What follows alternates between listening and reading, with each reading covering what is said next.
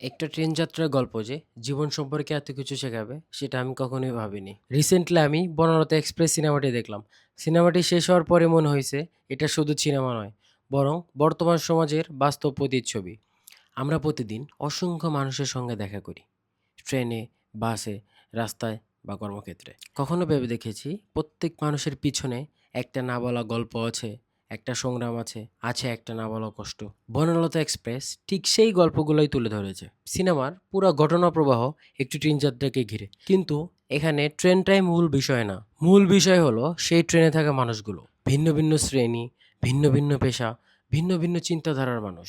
আর তাদের জীবনকে এমনভাবেই তুলে ধরা হয়েছে, মনে হয়েছে আমি নিজে একজন ট্রেনের যাত্রী। অভিনয়ের কথা বললে মোশাররফ করিম, চঞ্চল চৌধুরী, সাবিলা নূর, শরীফুল রাজ প্রত্যেকে অসাধারণ। কেউ কারো থেকে কম না। প্রত্যেক চরিত্রকে এত বাস্তব মনে হয়েছে তারা অভিনয় করছে না, বরং নিজের বাস্তব জীবন আমাদের সামনে তুলে ধরছে।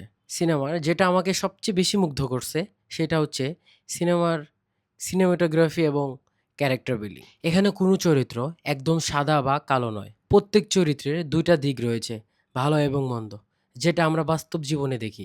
সিনেমাটোগ্রাফির কথাও আলাদাভাবে বলতে হয়। ট্রেনের ভিতরের পরিবেশ, জানালার বাইরের দৃশ্য, ক্যামেরার অ্যাঙ্গেল সবকিছু এত সুন্দরভাবে ফুটিয়ে তোলা হয়েছে যে পুরো সিনেমাটা দেখে মনে হয়েছে আমিও সেই যাত্রার মধ্যে আছি। এই সিনেমা থেকে আমি ব্যক্তিগতভাবে একটি বড় শিক্ষা পেয়েছি। সেটা হলো কাউকে তার বাহ্যিক রূপ দেখে বিচার করা ঠিক নয়। প্রত্যেক মানুষের জীবনে এমন কিছু গল্প থাকে যেটা আমরা জানি না। আমরা সবসময় যাদের সাধারণ মনে করি তাদের জীবনে লুকিয়ে আছে অনেক অসাধারণ গল্প।